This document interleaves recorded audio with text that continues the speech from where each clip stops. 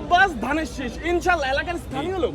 আমার যদি অপরাধ হয় আপনি আমাকে বলবেন। রাইট রাইট উনি এলাকার লোক এলাকার। এখন আপনাকে আমি এমপি বানাইলাম, ভোট দিলাম, আপনাকে আমি পাবো কোথায়? আপনার বাসাটা কই? আমি তো এখন পর্যন্ত জানি না। আমি এবার বলি আপনাকে, আমি এই ঢাকাতে এই ঢাকা ভার্সিটিতে এরিয়াতে 8 বছর ছিলাম। জি জি জি জি।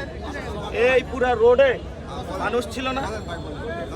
এই 5 তারিখের আগে সবাই আন্দোলন করতে এসেছিল না? হ্যাঁ হ্যাঁ সবাই আসে। পুলিশ গুলি করেছিল না? হ্যাঁ, করেছিল। ছাত্র দলের অনেক ভাই গুলি খেয়েছিল না? হ্যাঁ। বিএনপির অনেক ভাই গুলি খেয়েছিল না?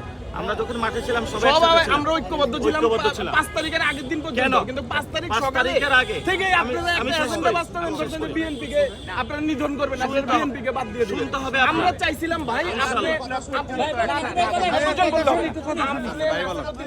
আমি লিওন হক, আমরা ভাই।